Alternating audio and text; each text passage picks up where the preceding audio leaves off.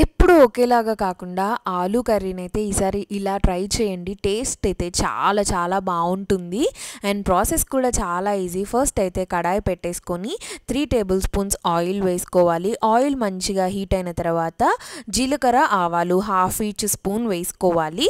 Next ఒక పెద్ద ఉల్లిగడ్డ అలాగే 4 చిల్లీస్ని సన్నగా చాప్ చేసుకొని అవి కూడా వేసేసుకొని ఒక్క 4-5 రెబ్బల కరివేపాకు కూడా వేసుకోవాలి.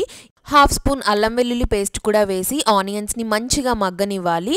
నెక్స్ట్ ఇక్కడ 3 పెద్ద ఆలుగడ్డలని ఉడకపెట్టుకొని కొంచెం పెద్ద ముక్కలుగా కట్ చేసుకొని అవి కూడా వేసుకొని కొద్దిసేపు ఆలుగడ్డల్ని మగ్గనివ్వాలి. ఈ లోపల మనమైతే పచ్చిమిర్చి పేస్ట్ ప్రిపేర్ చేసుకుందాము. మన స్పైసీనెస్కి తగ్గట్టుగా పచ్చిమిర్చి, ఉప్పు, జీలకర్ర ఇవన్నీ వేసుకొని బాగా గ్రైండ్ చేసేసుకొని ఈ పేస్ట్ని కూడా ఇప్పుడైతే ఆలుగడ్డలలో వేయాలి.